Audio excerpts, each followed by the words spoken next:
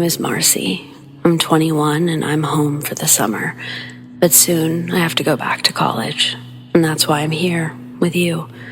The commute involves a 4-hour ride through the endless sea of cornfields, and it's incredibly boring, especially if you go alone.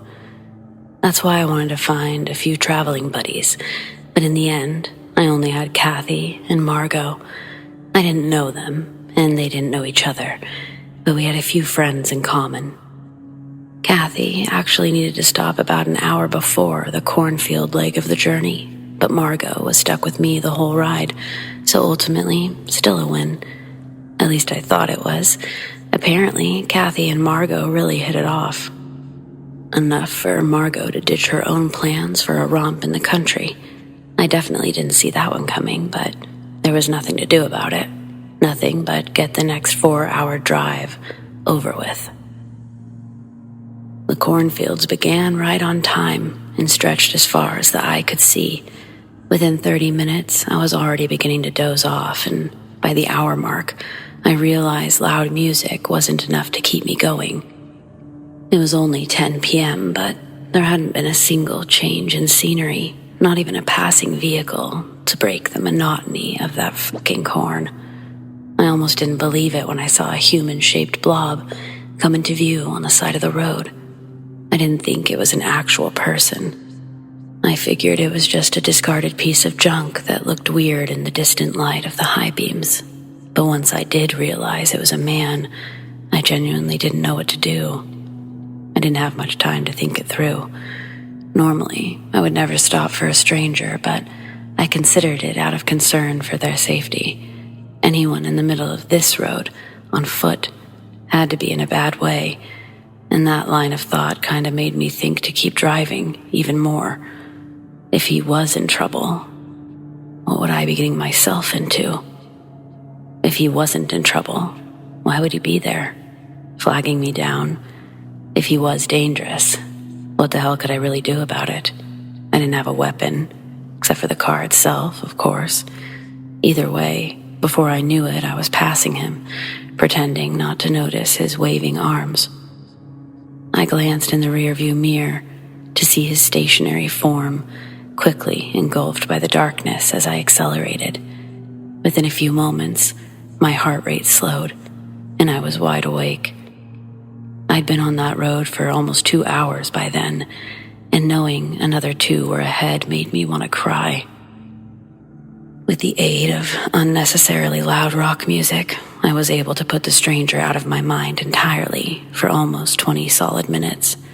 That's when another dark, human-shaped blur appeared in the distance. I didn't believe my eyes at first. It couldn't be the same man. That would be impossible. He certainly couldn't walk faster than my car, and I would have seen another vehicle pass by. But what were the odds of 2 hitchhikers being on that road so late? It didn't matter. I sure as hell wasn't going to stop, but when I got closer, I realized it actually was the same man. His hair was long, and he wore something resembling a trench coat. My heart stopped, and for an instant, I wondered if I had fallen asleep at the wheel, but I'd never felt more awake in my life. This time, he wasn't just waving his arms. He was running into the road, fully illuminated by the high beams. I could see his greasy hair slick to the side of his head. Then, as I drew closer, I realized it wasn't because his hair was greasy. It was caked in blood. Had this been the first time I saw the man, I probably would have stopped, but it wasn't. Injured or not, there was something very wrong about the whole situation. There was just no way he got to that spot before me. And it was the same man. I'm positive. Before I knew it, I was accelerating again, but only a few yards separated us. He still made no effort to move out of the way. At the last second, every part of my body, from my eyes to my asshole, clenched, and I swerved into the other lane. I only had my eyes closed for maybe 10 seconds, but it felt like an eternity as I waited for the inevitable impact.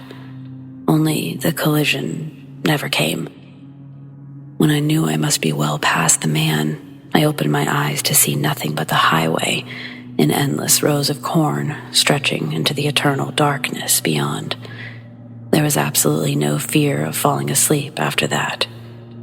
I drove as fast as I dared, hoping to put the last half of the trip behind me, but just after the 3-hour mark, I saw him one last time.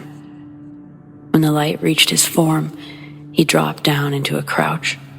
I was beyond terrified. Simple words cannot express that level of fear. It's something you can only understand through experience. But I wasn't frightened solely by the fact that he got ahead of me. Again, it was the crouch that really did it. He wasn't hiding from me. He was lying in wait, ready to pounce. I could feel it. My eyes remained fixed on the man as I closed the distance, and when I came within range, he leapt forward into the road. It happened so fast I couldn't follow his movement. A dark blur suddenly sprang forward just as I was passing, and it collided with my front passenger side bumper. I felt the impact as I swerved, and this time, I lost control of the vehicle. I didn't know what to do.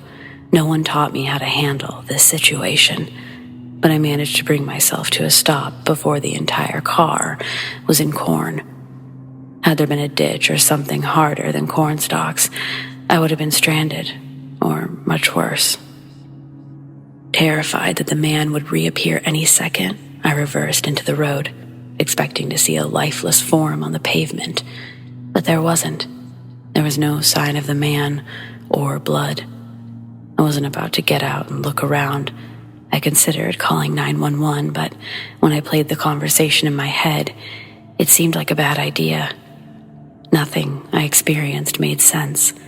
They would have probably asked me to stay put and send an officer to see if I was drunk. I was not staying out there for one more second. I was a nervous wreck for the rest of the drive, even after I got out of the cornfields. Every hill I topped, I expected to see the man again. My heart stopped dead each time I mistook something for his figure. But finally, I made it home without another incident. I'd worried about the damage to my car, but there wasn't a mark on it. I don't understand how that's possible. There was no dent, no blood, not even a scuff. Seriously, what the hell happened?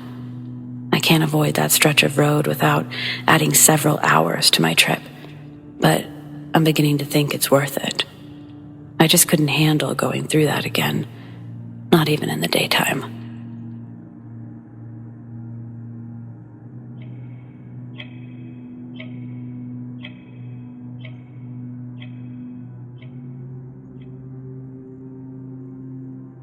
I love road trips.